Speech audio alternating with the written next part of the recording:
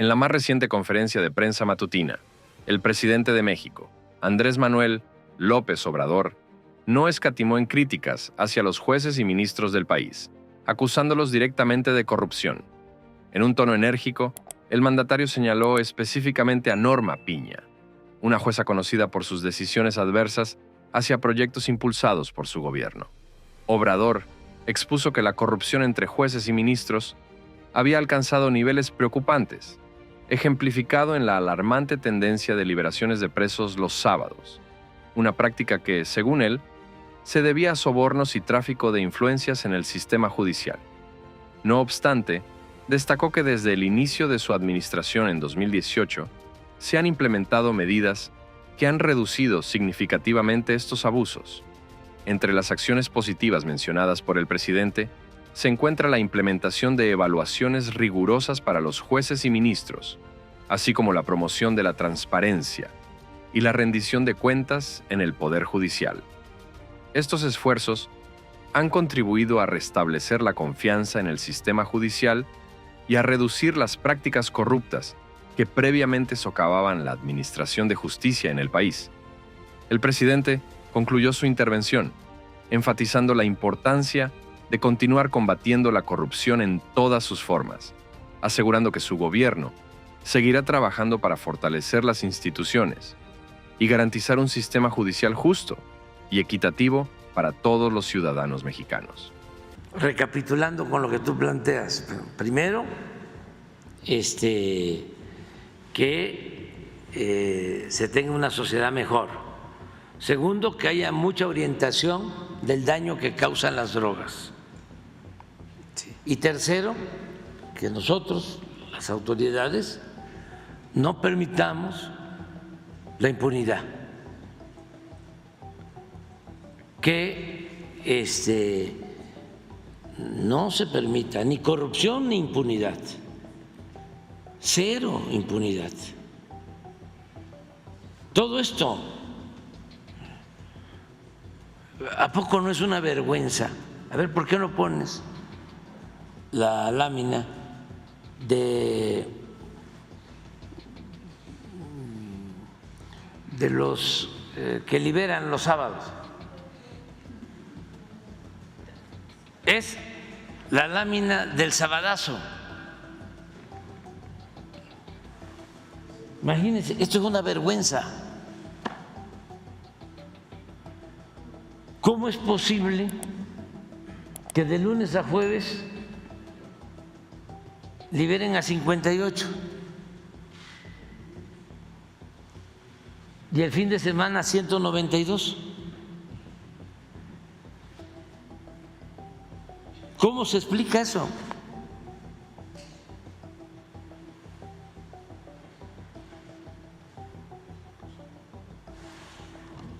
Ya, esto es en sí una denuncia y es corrupción.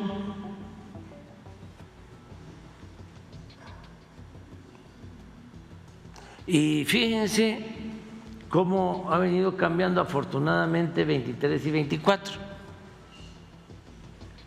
porque estamos aquí hablando del tema, pero antes era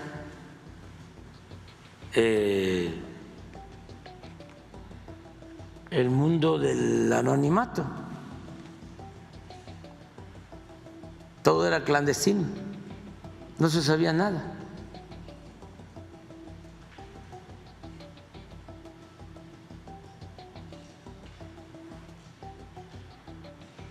Entonces, esto también, y que nadie se enoje, todos tenemos que buscar una sociedad mejor y además nos conviene a todos. Duele mucho cuando asesinan a una persona, más si se trata de un inocente, y que al poco tiempo, ¿sí?, el que cometió el delito ya está en la calle. Inclusive a un elemento de la Marina, del Ejército, de la Guardia Nacional, a los policías, que asesinen a policías de tránsito desarmados y que de repente un juez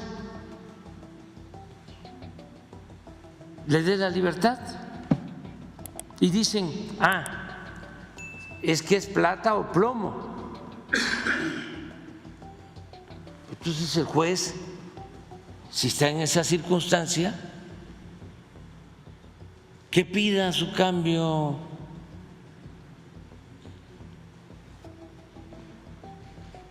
Que pida protección.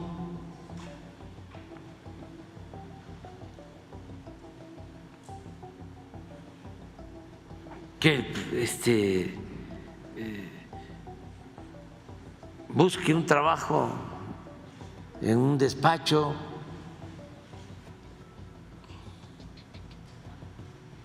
Pero que no se use eso como excusa y que todos ayudemos, cuando menos denunciándolo, porque esto es lo que va a permitir pues que las cosas realmente cambien en nuestro país. Entonces, ¿por qué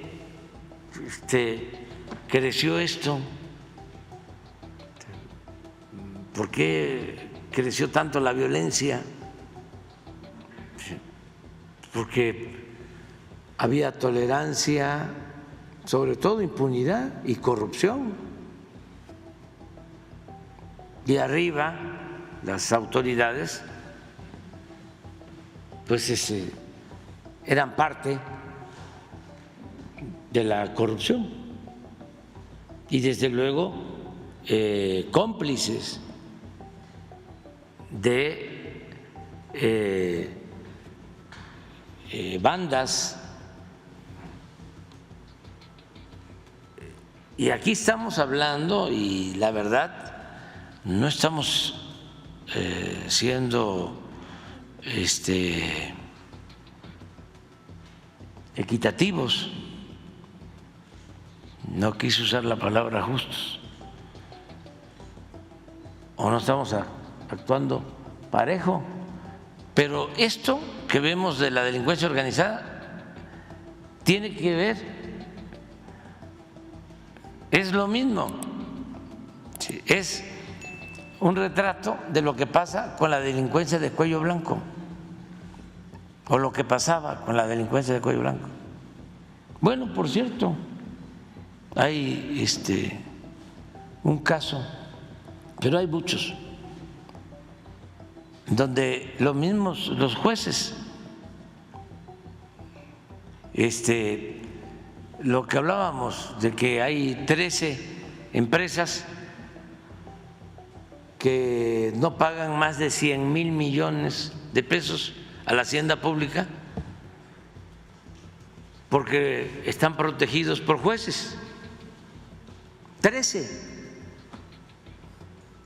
que significan más de 100,000 millones de pesos.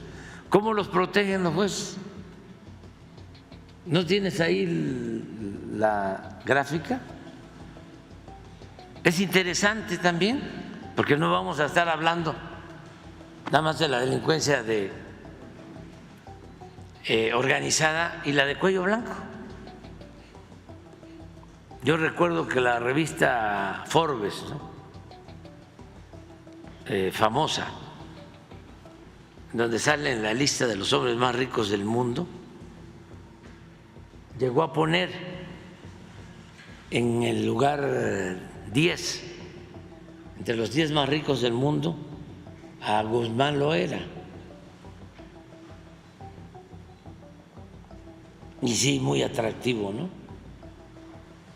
Pero no, hablando en términos de béisbol, Guzmán Loera jugaba en la del Pacífico, en AAA, no en Grandes Ligas.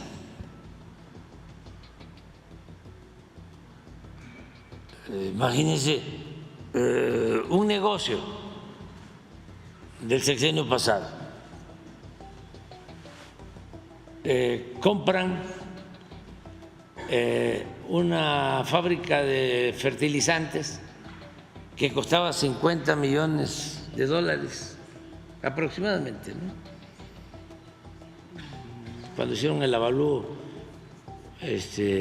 calcularon que eran 300, pero en general, en términos comerciales, si acaso $50 millones.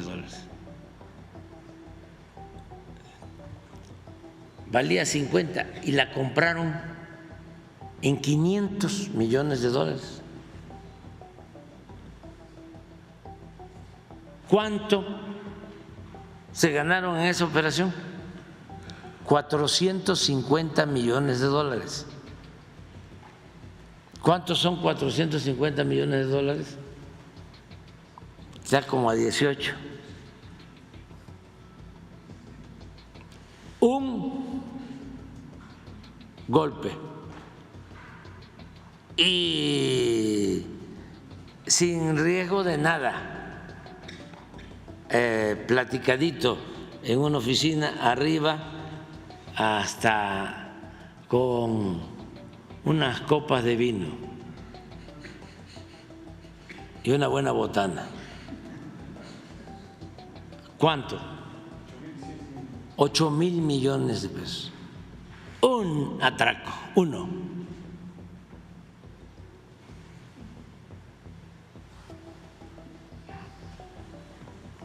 Pero ahí está. Pero fíjense cómo es el truco aquí.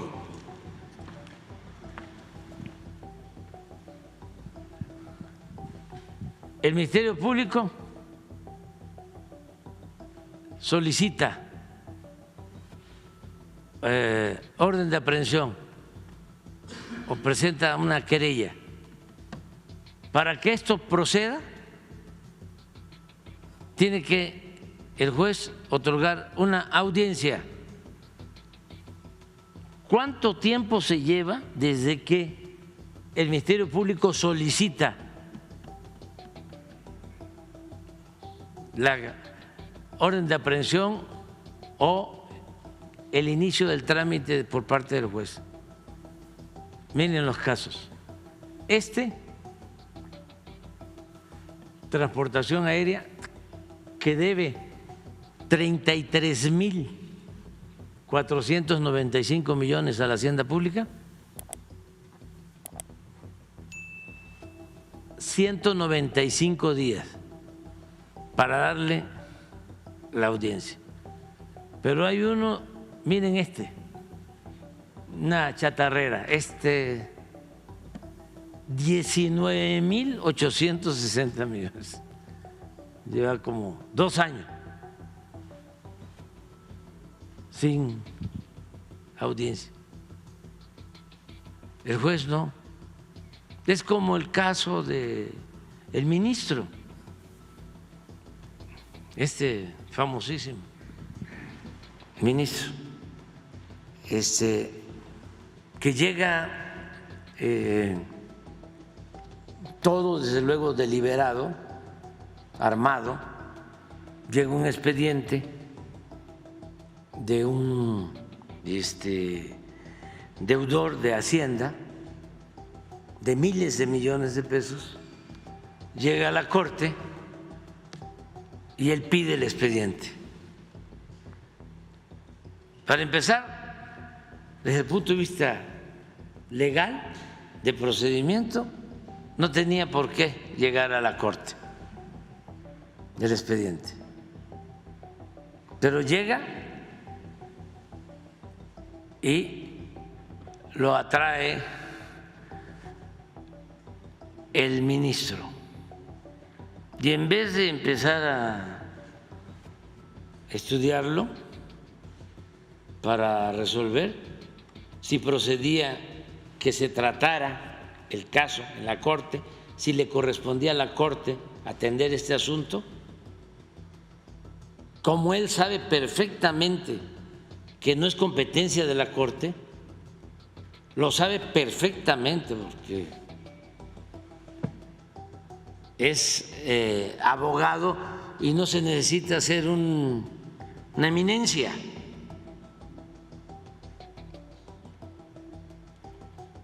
Lo que hace es guardarlo para ganar tiempo y esperar a ver qué pasa. Entonces se denuncia, ya lo tiene que sacar el expediente y dos compañeras o compañeros de este ministro dicen, no, pues no nos corresponde, esto tiene que ir al juzgado, al tribunal, y ya lo regresan al tribunal. Pero ¿cuánto tiempo tardó ahí? Como 9, 10 meses. Y eso porque se denunció. Se va al tribunal y los del tribunal se tiene que reconocer, porque no todo está podrido en el Poder Judicial. De 3 magistrados, 2 dicen tiene razón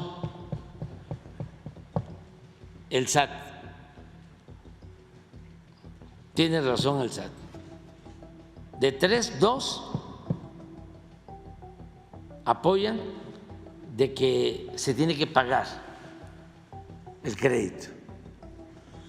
En uso de sus facultades, quien tiene que pagar vuelve a acudir a la Corte.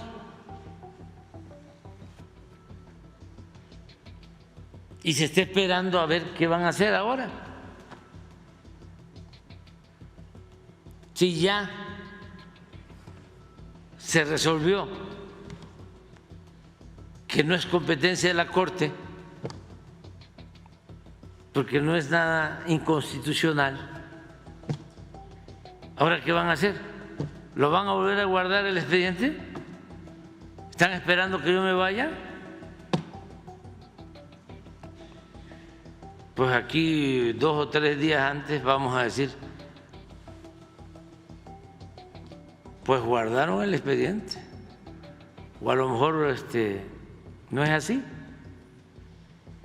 No estamos pidiendo, ¿sí?, que se retuerza la ley en beneficio del gobierno, que al final de cuentas sería en beneficio del pueblo, porque eso es dinero del pueblo. Si se recupera, va al presupuesto, y el presupuesto no es dinero del gobierno, es dinero del pueblo. Pero no estamos pidiendo eso, lo que estamos pidiendo es actúen de conformidad con la ley, que tengamos un auténtico Estado de Derecho, pero no en el discurso, no a la demagogia. Entonces, por eso sí es muy importante el que se actúe para enfrentar el flagelo de la violencia, resumiendo con 3 criterios. Primero, atender las causas. Segundo, orientando mucho a los jóvenes del daño que causan las drogas. Y tercero, no permitir la asociación delictuosa entre autoridades y delincuentes. Pintar la raya.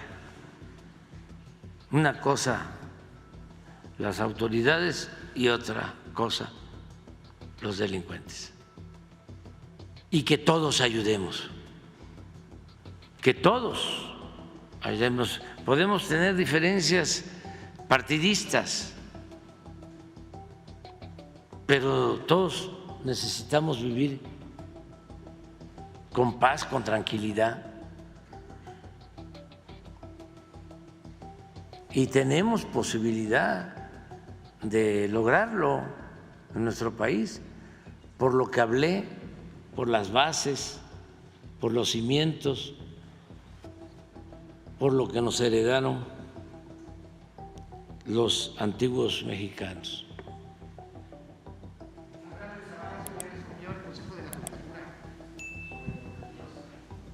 ¿Mande? El Consejo de la Judicatura sobre los retiros anticipados dijo que era por la crisis económica y por la inflación que ellos autorizaban que los trabajadores retiraran sus recursos, pero esta situación no se replicó, por ejemplo, como fue con Peña Nieto o con Felipe Calderón. Ellos argumentan que el retiro de estos del FORI era pues porque los eligieron los trabajadores, aunque en este caso sus propios lineamientos, sus candados, dicen que tenía que ser el trabajador estar fuera del Poder Judicial. ¿Qué opinión le merece esta respuesta que dio precisamente el sábado el Consejo de la Judicatura? No, habría que ver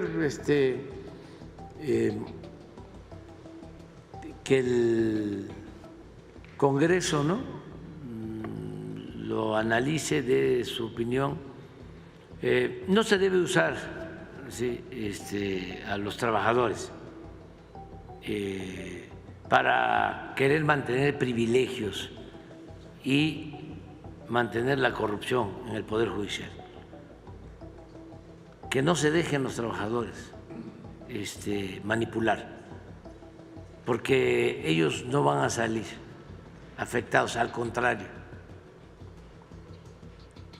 ellos se van a beneficiar. O sea, no es así el Poder Judicial en general, no, es la élite, que son los que se sirven con la cuchara grande. Nada más llamaría yo a los trabajadores del Poder Judicial que puedan revisar cuánto ganan ellos, qué prestaciones tienen y cuánto gana un juez, cuánto gana un magistrado, cuánto gana un ministro. Porque pues no son los trabajadores. Además, ellos son los trabajadores. Porque ya hablábamos de que los jueces, los magistrados, los ministros tienen sus asesores, quienes hacen los proyectos de resolución. En los casos no hay proyectistas. Hay unos ahí que están, eso sí, día y noche. Y los jefes nada más llegan a firmar. Y todo es pura relación pública. Desayunos, ¿no?, en los mejores restaurantes, comidas, cenas.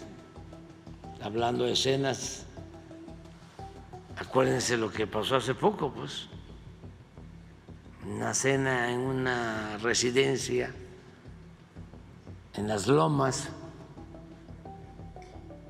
donde llevan a ministros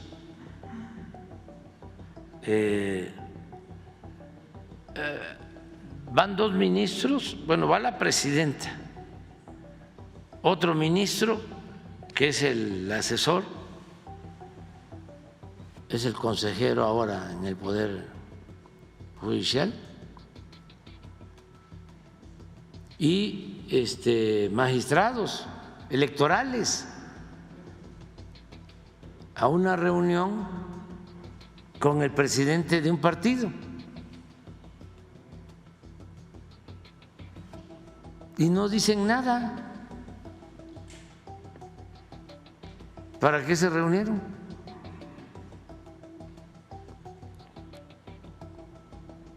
Entonces, nada más que no se malinterprete. Una cosa son los trabajadores y otra cosa son los machuchones del Poder Judicial.